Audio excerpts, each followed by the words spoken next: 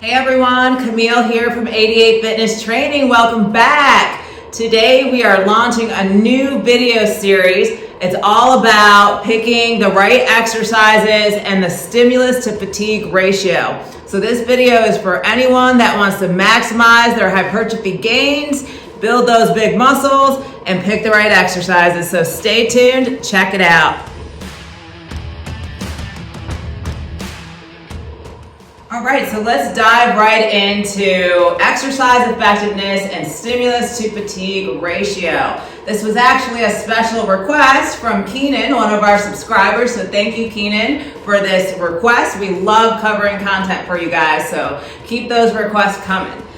Before we get too deep into specific exercises, I just want to talk for a minute about what effectiveness is and what stimulus to fatigue ratio is. Effectiveness is going to be how well a stimulus leads to a desired outcome. So in this case, hypertrophy, right? Gaining muscle size. Stimulus is just going to be the positive impact of exercise on muscle strength, size, and adaptation. Fatigue, on the other hand, for the purposes of this video, is usually the wear and tear that occurs on your joints and connective tissues. So to put it simply, the stimulus to fatigue ratio is a way to compare the stimulus gained from a workout to the damage or fatigue that it's causing. So ideally, you want to pick exercises that are pretty balanced in terms of stimulus to fatigue. We want a large amount of stimulus and low fatigue. So I have to caveat this with that everybody is created differently. So while I'm giving you what, general masses might think is pretty good stimulus to fatigue ratio, everyone's different. So you really have to try it and see how your body personally responds. All right, James is joining me. Let's start with the barbell chest press, y'all. Boom. Yes. So in terms of effectiveness, barbell bench press is where it's at. It's going to be a 5 out of 5. And that's because it is a compound exercise for the chest. So in terms of muscle hypertrophy, that's where it's at. Go ahead, jump in there. Absolutely. There's a reason every Monday is chest day. International Chest Day, y'all. There's a reason they have bench press and powerlifting competitions, barbell bench press. There's a reason you can't get a bench on Mondays when you go to the gym. Yes, it is the king of chest exercises. So grab that barbell, make sure you're going nice and deep all the way down to the chest, keeping that chest engaged, squeezing at the top, just like James is doing there. So yeah, y'all, 5 out of 5 in terms of effectiveness. Now, when we start talking SFR, I would actually give this a 3 out of 5 though. And the reason is that it can be pretty damaging or pretty fatiguing. And while the stimulus is really high, that's why we gave it the 5 for effectiveness. A lot of people can come away with some type of shoulder or elbow pain. Yeah, it's pretty common. You'll see people get shoulder issues with the barbell. They just move the dumbbell. But if you don't have shoulder issues, you're not going to beat the load the barbell puts on your chest. That's why it's high effectiveness and high stimulus, yeah. Stimulus, yeah. Absolutely. And remember my caveat, everyone's different. So while the general, population might say 3 out of 5, like you personally might be a 4 out of 5. And so if that's the case, then go ahead and get that barbell bench press. It is fantastic for progressively overloading, and that's why it is so effective. The king of chest day, Yes, get it in. Up next, we got incline dumbbell chest, y'all. Yes. This is actually one of my favorite exercises. It's one of my go-tos on chest day for sure. In terms of overall effectiveness, we give this one a 4 out of 5. Yeah. So you're probably like, well, why is it not a 5 out of 5 like the barbell chest press that we just did?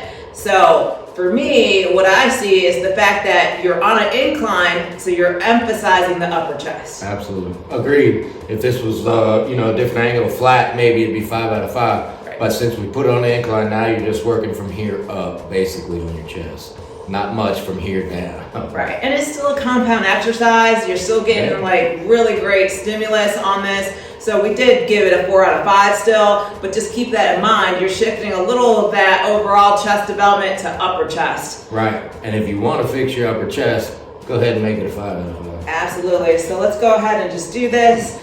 Again, it's still a great exercise that you can progressively overload. You can crank up those dumbbells. It's unilateral, so you're working, both sides. You're not going to get any type of imbalance there. But overall, really great in terms of effectiveness at the 4 out of 5. Now, SFR, similar to our barbell bench press, I would give that a 3 out of 5. It's kind of common, you still have high stimulus, but the wear and tear on the joints and the connective tissue is still there. Dumbbells are a little bit more friendly than barbell, but you're still going to get beat up. It's a big compound movement with big weights, so you're going to get beat up by doing it. Yeah, in fact, y'all, I would really prioritize which one of these compound chest exercises you work in to your routine. I mean, eventually do them all, but if there's an area where you are lacking or deficient, prioritize that one first because of that fatigue level. Yeah. Put a star next to that, y'all. That's bodybuilding. Prioritize your weak spots first. You got it. All right, so dumbbell incline chest press. We give it a 4 out of 5 for effectiveness and a 3 out of 5 for SFR. If you guessed decline dumbbell bench press was next, you were right.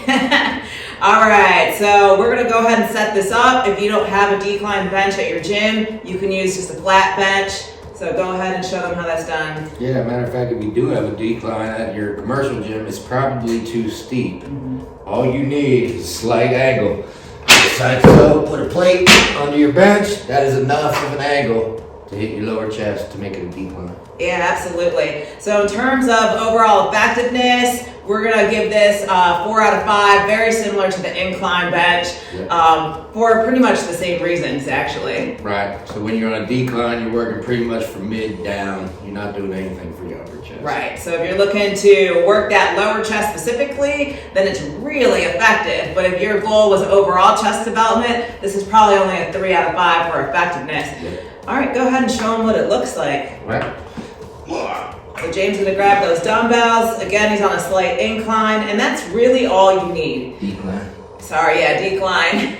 All right, he's gonna get a good stretch, good squeeze. You can already feel this in your lower chest just from that slight angle right there. Absolutely. All right, so in terms of SFR, again, similar to incline chest press, I give it a 3 out of 5 for the same reasons. You can crank up the weight. You're gonna have really high stimulus there, especially on that lower pec region. Yeah. But same thing, shoulders, elbows, you're gonna feel it. Yeah, and these are all compound movements, so you should be loading up the weights. We always say 6 to 10 reps. If you do 11 reps on a compound movement, it's too light, y'all. Right. Make it heavier. Yeah, that's a good point. So if you're not feeling that high stimulus, you're probably too light. Yeah. But all right, so that was the decline chest press. Moving on. Next up, we have dips. You're probably like, dips? That's a tricep move. Boom. Boom. Well, if you do a slight adjustment, it's actually a great chest exercise. Yeah, not only that, it's great shoulder exercise as well. So you're really working your chest, shoulders, and triceps when you're doing dips. Great exercise. Absolutely, it's definitely a compound exercise. I give this a 4 out of 5, y'all, for chest development. It is fantastic. If you are not doing dips on your chest day, you are doing yourself a disservice. One of the best. Yeah, so we'll show you the little tweak. So go ahead, pop up. So normally you're straight up and straight down. That is for triceps. But if you lean your torso forward slightly and now you come down, you're getting all of that tension through your chest. So fantastic exercise, especially if you're trying to blow up that chest, y'all. 100%. If you look at it when you come down like this, you see your chest, you're stretching your entire lower chest here. Right. So if you want to target lower chest, this is another one to fix that chest, give you that squared look. All right, well, all of you probably know dips are pretty nasty, right? So where's the SFR? We actually give this a 2 out of 5 though, y'all. Like it's intense. I don't know if you've done dips normally, but if you try to do that forward lean, the amount of pressure on your shoulders, your elbows, like you are going to feel this. On top of that, to make it an effective exercise, you usually are going to have to put weight to your body weight, add weight. I can talk this morning, goodness gracious. So, it's going to beat you up. I'm 214 pounds. I just did this with a 100-pound dumbbell this week. That's 314 pounds I'm putting on my shoulders, my elbows, my Right. sternum. Yeah, in fact, a lot of people, like, they'll call me the next day and be like, I think I was going into cardiac arrest last night. I'm like, no, man, no, that's just your sternum. Like, we were stretching all that connective tissue. Right. So you're definitely going to feel it. So 2 out of 5 in terms of SFR, because it is high stimulus, but it is high fatigue. And so that's probably the only exercise we're going to talk today that's like high fatigue and high stimulus. It's a weird combo. It is because, like I said, you got to add weight to your body to make it effective. Again, a big compound move. Right. If you could do 11 at body weight, start adding weight to yourself. Yeah, so I would definitely give this a try if you're not doing it, but be careful. Like, it's touch and go. See how your body responds. If you're like wrecked for the next 4 days and can't lift anything, well, that's bad, right? Like, that's what we talked about in the beginning. We want to make sure that we're recovering so we can work out other body parts. Yeah. We don't want, these dips to affect your arm day, for instance. So, Good point. all right, so 4 out of 5 for effectiveness and 2 out of 5 for SFR. Lastly, we have cable flies, y'all. So just grab your, 2 handles, about shoulder height. You come out and just squeeze your arms together, getting that deep contraction on the chest, just like James is doing there. All right, so in terms of overall effectiveness, we give this one a 3 out of 5. And so you're probably like, well, why 3 out of 5, not 4 out of 5? Like, I really feel this one. It is an isolation exercise, y'all. So it doesn't have that compound nature where you're really like overloading multiple muscle groups. So we kind of bumped it down a little bit. Just think about the load you're putting on your muscle. When you're bench pressing, we're talking 300-400 pounds. When you come over here cable fly, the Right. most you can possibly do is 100 pounds in each hand on this stack. But I guarantee you're not doing the whole stack, right? So just for that reason, it's a little bit less stimulant, but it's an isolation exercise that is needed. It is absolutely part of your chest workout and should be part of your chest workout. Yeah, James is absolutely right. Like, I've gotten to around, like 42 pounds in the stack, and it starts to pull me backwards. Like, now I'm trying to focus on like stabilizing and not squeezing that chest anymore. So it's a lot less effective as an exercise than, like you said, like the barbell bench press, for instance. Right. You also get too heavy and start bending your arms. Right. Now you're using biceps. We'll turn it into a compound. And then, yeah, same for SFR. Like, it's probably, actually SFR is probably a little higher. It's a 4 out of 5. Yeah. And the reason is it's, a pretty moderate stimulus and low fatigue. We just said it. It's not going to beat you up like a 500-pound bench press is going to beat you up. Yeah, it's just because you can't go as heavy. So it gets a little bump up in terms of ratings. Right. All right, y'all, so 3 out of 5 in terms of effectiveness, just because it is in isolation, doesn't have that compound nature, and then definitely the 4 out of 5, just because you're not going to walk away beat up from your chest flies. If you are, check that form, y'all. Yeah, check that form. If you beat up from chest flies more than a bench press, you're doing something wrong. All right, there you have it. There's our SFR and effectiveness ratings for all of the chest exercises. And so just remember, y'all, like, stick with those compounds. They're really effective. They either got 5 out of 5s or 4 out of 5s. Like, they were really great exercises. Yes.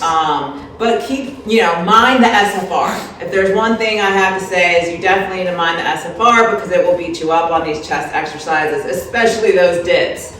Camila already said it, but I'm going to say it again. If you want to get big, you want to get strong, stick to the compound moves. The big, heavy barbell, dumbbell moves is what's going to make you big. It's what's going to make you strong. You got it. Well, thanks for tuning in. For more videos like this, definitely check out our chest playlist and join us live every Sunday at 12 Eastern Time. It is your opportunity to learn about a topic and ask us questions. We are here for you guys. Check us out. So, as always, hit that like and subscribe. Camille and James, 88 Fitness Training.